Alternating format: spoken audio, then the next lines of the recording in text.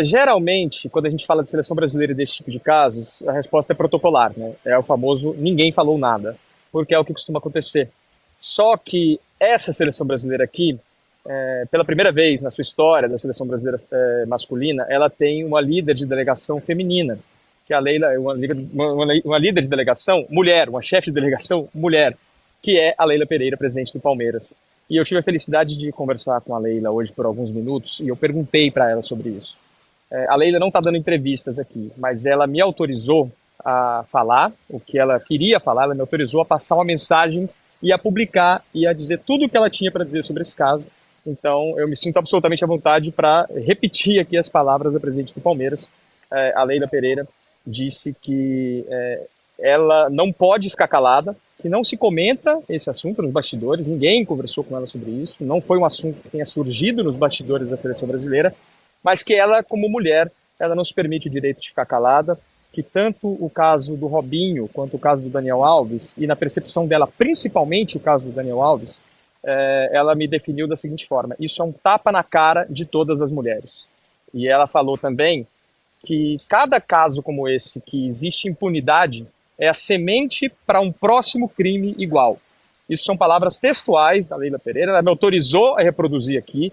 Então, a gente sempre fala, aqui na seleção brasileira ninguém falou nada sobre o Robinho, sobre o Daniel Alves, tem um pacto de silêncio. Dessa vez não teve pacto de silêncio, dessa vez a presidente do Palmeiras, que é chefe da delegação brasileira aqui em Londres e será também chefe da delegação brasileira em Madrid, para o amistoso contra a Espanha, nos deu a permissão, inclusive, de quebrar o off, né, que é uma coisa sagrada do jornalismo. Ela falou assim, essa parte aqui eu quero que você fale, eu quero que você publique. Então esse é o recado da Leila Pereira, mostrando a sua indignação diante dos casos de Robinho e de Daniel Alves, Domitila. Muito bom, Thiago. A diferença de você ter representatividade, né, dentro da seleção brasileira. Eu queria que você, PVC, falasse o que você achou disso e da CBF até agora, mais uma vez, não ter se posicionado e já inclua aí nessa história o caso do Vinícius Júnior, né? Óbvio, são casos diferentes, mas o silêncio da CBF é o mesmo. Não.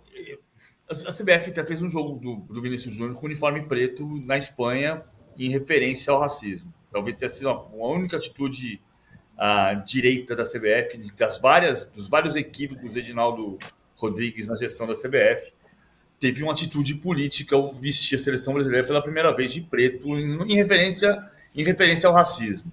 É pouco. Tudo que se fizer é pouco. Tudo que se fizer é pouca coisa. A seleção brasileira é um pensamento que tem aqui. Por que o Brasil tem 2 jogadores de uma Copa do Mundo que têm o mesmo crime, a mesma condenação pelo mesmo crime hediondo de estupro? Daniel Alves e Robinho hoje não são jogadores da seleção brasileira. Eles foram jogadores em conjunto da seleção brasileira campeã da Copa América de 2007, da seleção brasileira que jogou a Copa do Mundo de 2010. Vamos fazer um parâmetro que você vai pensar o seguinte: a gente sabe que o Brasil é campeão mundial de crimes dos mais diversos. E uma parte disso certamente deriva do fato de ser um país de 8 milhões e meio de quilômetros quadrados, 210 milhões de habitantes, em que a educação sempre foi relegada a quinto plano. É diferente de você ter um país como os Estados Unidos, que tem uma população maior do que o Brasil, um território maior do que o Brasil, mas a educação fez parte de todo o histórico disso. A gente começa a pensar assim, vou pensar com outras seleções. O Mendy foi acusado por 9 crimes de estupro e foi inacreditavelmente absolvido. Ele saiu do Manchester City e foi pro Lorient, da França. Me fugiu, Thiago, o menino que foi jogar o jogador inglês, o atacante inglês. Greenwood. Mason Greenwood. O Greenwood foi jogador da seleção inglesa. E tem um crime sexual. O Mendy tinha uma acusação, ele não foi condenado, mas ele foi representante da seleção francesa na Copa do Mundo de 2018. Um pouco do que o Andrei falou no começo da nossa conversa. A gente tem um problema que não é brasileiro E a gente tem ao mesmo tempo um problema que não é exclusividade dos atletas profissionais, mas que tem sido muito frequente entre os atletas profissionais. Acabou de acontecer com 4 jogadores argentinos do Vélez, acusados de estuprar uma jornalista. O caso do Botafogo de Ribeirão Preto do ano passado é um pouco diferente, porque não há uma acusação de estupro, mas há uma acusação de violência física e verbal contra o que eles julgaram ali naquele momento ser uma garota de programa. Ou seja, é um crime sexual do mesmo jeito, embora não tenha alcançado a mesma gravidade. Então, eu acho que tem questões para se ponderar, para se pensar sobre por que tanto no Brasil, por que tanto com atletas profissionais. E isso tem a ver muito com a sensação de poder. O Douglas Luiz não falou sobre isso, né, Thiago? Mas o Douglas Luiz falou agora há pouco na entrevista coletiva da Seleção Brasileira sobre uma declaração que ele deu logo que fez a primeira partida, primeiro gol pelo Vasco, dizendo que ele foi dormir pobre e acordou rico. Isso pode ter... Eu não estou aqui fazendo psicologês, mas o que passa na cabeça de uma pessoa que saiu da pobreza para a riqueza sem passar pela educação e que se sente o mais poderoso dos homens num mundo machista. A CBF tem que se pronunciar sobre isso? Eu acho que tem, mas neste caso específico, nós estamos falando de 2 ex-jogadores da seleção brasileira. É muito importante a Leila ter se pronunciado. O que a CBF pode fazer sobre o Daniel Alves? Prendê-lo? Não, ele estava preso. A justiça espanhola... O Barcelona não se pronunciou. O Barcelona se pronunciou, Thiago? Não, o Barcelona não vai fazer nenhum pronunciamento até que seja feita a última instância do caso. Inclusive, o Barcelona retirou o Daniel Alves do site de lendas do clube e depois colocou de novo. No dia seguinte, colocou de novo. Então, assim, não é um problema do Brasil exclusivamente, nem da CBF. Ele é um problema mundial. E é importante pensar por que esse problema gigantesco acontece mais no Brasil e acontece tanto ou com tanta visibilidade com atletas profissionais. Mike Tyson. Mas não tem 2 jogadores do Barcelona presos nesse momento, né? Temos 2 jogadores de seleção brasileira. Eu acho que a CBF tinha que se pronunciar sim. Ou pelo menos 2 ex-jogadores da seleção brasileira, como é um ex-jogador do Barcelona. Sim, mas eu acho que para o Brasil, esse problema é muito maior nesse momento, né?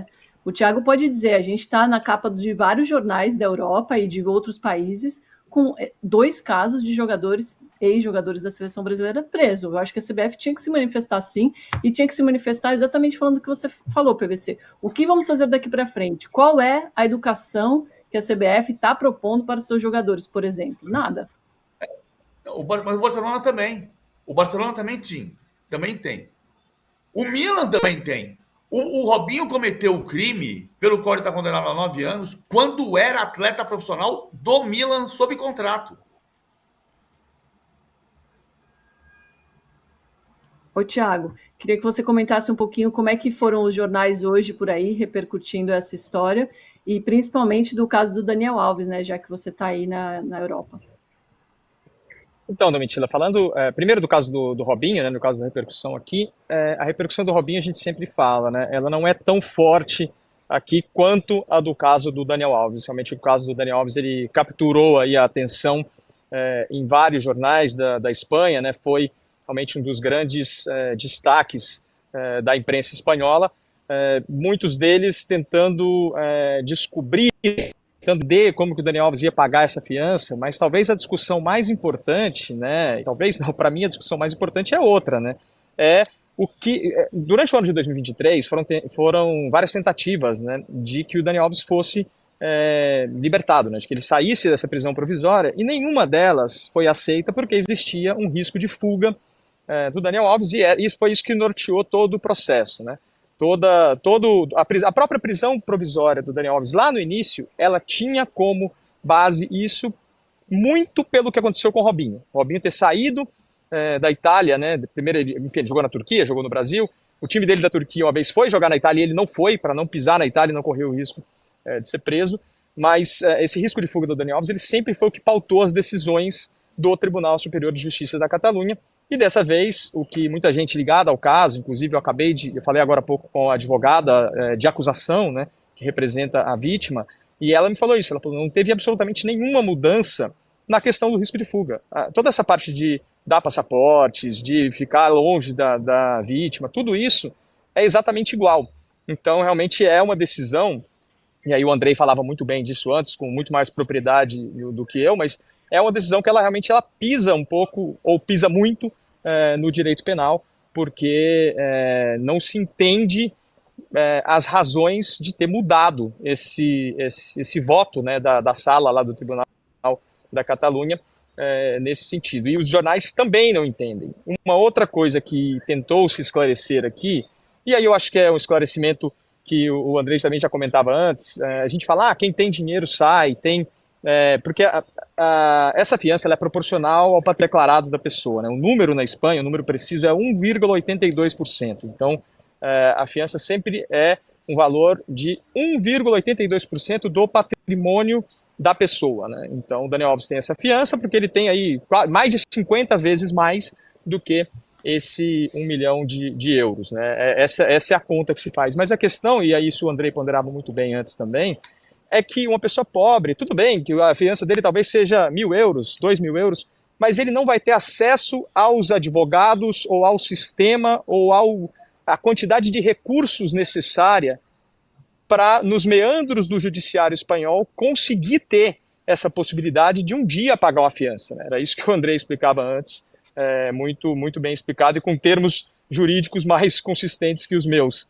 Mas é exatamente essa indignação que a gente vê em muita gente aqui. Eu comentei ontem, volto a comentar hoje, a ministra da Espanha, a ex-ministra da Espanha, Irene Montero, que foi uma das responsáveis pela lei do apenas sim é sim, ela ontem falava absolutamente indignada por isso, né? A precificação da liberdade, foi a frase que ela usou, e é uma frase que foi citada nos jornais da Espanha, mas que a gente imaginava que poderia ser mais debatida e acabou não sendo. Tiago, e você conversou com a advogada de defesa da vítima, do Daniel Alves? Eu conversei com ela minutos antes da gente entrar no ar aqui, a gente até vai, desligando aqui, a gente vai publicar reportagem no UOL, mas bem resumidamente, Domitila, ela fala que vai tentar, obviamente, um recurso, ela tem até segunda-feira para apresentar um recurso que impeça essa liberdade do Daniel Alves, né? E, sobretudo, o principal que ela dizia era que nada mudou desde 2023 para cá. Aliás, uma coisa mudou. O Daniel Alves antes ele era acusado e agora ele é condenado em primeira instância, né? Então, na avaliação da acusação, né, da acusação particular, nesse caso, e também na avaliação do Ministério Público, pelo que a gente soube, essa decisão de ontem não faz sentido porque a única coisa que mudou dos recursos anteriores, quando foram negados pelo risco de fuga, a única coisa que mudou até agora é que agora existe uma condenação já em primeira instância, né? Então, juridicamente, né, não apenas a advogada de acusação, como também representante do Ministério Público, outros colegas jornalistas que têm muito mais experiência do que eu nessa cobertura de judiciário, ninguém entendeu muito bem a decisão aqui, e esse é um dos questionamentos aí dos próximos dias, tentar entender exatamente o que o Tribunal de Barcelona viu de diferente para poder dar essa liberdade provisória para o Daniel Alves. Andrei, você que é especialista no assunto, você conseguiu entender essa mudança de opinião? Não, é isso que está gerando uma grande interrogação para todas as pessoas que interpretam a lei e interpretam a partir de princípios, né? Porque é o estranho caso de alguém que não foi condenado e estava preso e alguém que, quando condenado, passa a ser solto, ou tem a possibilidade de ser solto, né? O direito ele precisa caminhar e conversar com a sociedade. Isso passa uma imagem de impunidade. E aquilo que foi comemorado como uma grande vitória de direitos humanos, de proteção da mulher, de igualdade, quando da sentença do Daniel Alves, passou a ser contestado e passou a ser criticado publicamente por todos contra a justiça espanhola, e não só na Espanha como no mundo, Né? Então, por isso que eu repito, foi um atentado, um soco no próprio direito penal, em direitos humanos universalmente protegidos. Eu acho que o Tiago traz aí algumas reflexões importantes. A primeira delas, e dá o parabéns para o Tiago por essa declaração da Leila, que eu tenho certeza que vai repercutir muito. Né? Ela fala como mulher, claro que sim, mas fala como representante da Confederação Brasileira de Futebol, o principal órgão do futebol brasileiro. Quando a gente tem... Qual é o principal papel do direito penal? A gente pode resumir em 2 e todo mundo vai entender. Né? Por que existem as leis e o direito penal precisa funcionar? O primeiro é o aspecto punitivo, que tem um efeito interno, ou seja, eu contrario a lei, eu cometo um crime, o Estado vai lá e me prende e eu preciso pagar, de acordo com o que está estabelecido na lei, para aquele crime que eu cometi. E o outro é o que traz a Leila, na declaração dela para o Tiago, que é fundamental, que é o efeito educativo da punição, que é o efeito externo. A punição também tem um efeito educativo de mostrar para as pessoas e para a sociedade o seguinte: se você não agir em conformidade, de acordo com o que está estabelecido nas leis, você vai ser punido. E quando o Estado não se manifesta de acordo com aquela expectativa, vai se criando um ambiente que não se quer, que é um ambiente de insegurança jurídica e o ambiente de inquietação na sociedade, de impunidade. Ou seja, há um crime, ele está tipificado, há uma condenação e a pessoa pode ser solta. Então, essa manifestação de ontem do Superior Tribunal de Justiça brasileiro, do STJ, ela é fundamental por um aspecto que a gente precisa levantar. Claro que tem a questão do Robinho, vai ser preso, não vai ser preso imediatamente ou não, ele vai ser preso. A questão é quando vai ser preso. Tá? Se é depois de transitado o recurso ou vai ser preso imediatamente. Mas isso pode ser em 3 anos, né? Isso pode ser em 3 anos e vai passar a sensação de impunidade. Que vai ficar a sensação de impunidade por 3 anos. Claro que sim. Se ele continuar solto, claro que sim. E isso o direito precisa entender. Mas eu acho fundamental da decisão de ontem, que é histórica, que cria uma jurisprudência, é a seguinte: o Brasil não é território livre para brasileiro condenado. Então, se alguém cometer um crime no exterior, que for crime também no Brasil, não fuja para o Brasil, porque você vai cumprir a sentença em território brasileiro. Eu acho que essa é uma grande conquista da sociedade e uma grande conquista também das mulheres em função do que foi o julgamento de ontem. Um julgamento histórico, sem dúvida nenhuma. Andrei, como você falou, essa declaração da Leila, dada ao Tiago Arandi, já está repercutindo. A Mônica falou aqui no nosso chat, exatamente, é um tapa na cara, indecente o condenado pagar e sair da cadeia. Concordo com a Leila, concordo com a Mônica, e queria saber, Tiago, para a gente ir já encerrando esse assunto e falar um pouquinho de seleção brasileira, se você conversou com outras mulheres ali, não só né, da delegação, mas na Europa, né? Como é que as mulheres por aí receberam essas notícias? Conversei, Domitila, ontem com algumas mulheres, né, colegas, jornalistas, tem muitas amigas aqui que cobrem exatamente o judiciário, né, e elas me ajudam a entender muito também, me ajudaram a entender muito da lei do Daniel Alves durante toda essa cobertura do caso do Daniel Alves, que já vem aí já de 15 meses, né, de trabalho. É o sentimento de indignação e basicamente o que mais incomoda, né, é essa precificação da liberdade. A gente sabe que não é só o fato de o cara ser rico e poder pagar, porque existe esse ajuste de acordo com a renda de cada um. Isso é importante a gente falar, mas não é o ponto mais importante, né? O ponto mais importante é realmente essa precificação da liberdade nesse caso, e é isso que incomoda, né? O Daniel Alves foi... Alô? Oi? Fala. Só falar uma coisa. Eu acho que é isso que incomoda de fato, mas eu vou voltar um pedaço atrás. O problema central é que a punição foi ridiculamente baixa. E é só comparar... Por causa de dinheiro. Os 4 anos... Não, por causa de dinheiro. Mas os 4 anos e meio do Daniel, comparados aos 9 anos do Robinho, que era o mesmo que pedia a promotoria, 9 anos para o Daniel, se ele tivesse pegado 9 anos, ele não sairia agora da cadeia, porque ele não teria cumprido 1/4 da pena, mesmo pagando. Então, tem um problema. O problema é a precificação, nos 2 casos, para diminuir a pena no começo e para sair da cadeia agora. Mas tem um caso central, ele não podia pegar apenas 4 anos e meio por estupro. É muito pouco. E é porque ele pegou 4 anos e meio que tem o argumento jurídico de que pagando ele sai porque cumpriu 1/4 da pena. Ele só cumpriu 1/4 da pena porque a pena é ridícula. E PVC, só mais um esclarecimento, né? Os 150 mil que o Daniel Alves, perdão, que a defesa do Daniel Alves paga, né, e que diminui a pena, na verdade, é um dinheiro que a vítima nunca pediu, né? Ela nunca quis receber indenização, ou nunca fez um pedido de indenização. Esse valor ele foi estipulado pela Justiça Espanhola, também de acordo com esses critérios de proporcionalidade à renda do acusado, no caso, e ele foi pago pela defesa do Daniel Alves, na época com a ajuda da família do Neymar, como a gente deu em reportagem exclusiva na época aqui no UOL, mas realmente assim, é uma série, né, de pontos realmente desse processo do Daniel Alves em que o poderio econômico fez diferença, e conversando com mulheres aqui, com amigas, com jornalistas, com a minha esposa também, enfim, com várias mulheres que eu tive contato desde ontem falando desse assunto, é isso que incomoda, né? É a questão de um crime tão grave quanto o estupro ter elementos dele que possam ser atenuados por um cheque, né? Por um pagamento de uma quantia de dinheiro. E aí já não importa se a quantia é grande ou pequena, é o fato de ter um preço realmente o que mais incomoda. Perfeito, Thiago. Andrei, agora para a gente arredondar essa questão do Robinho, ele pode pagar a fiança, assim como pagou o Daniel Alves, e não ser preso aqui no Brasil?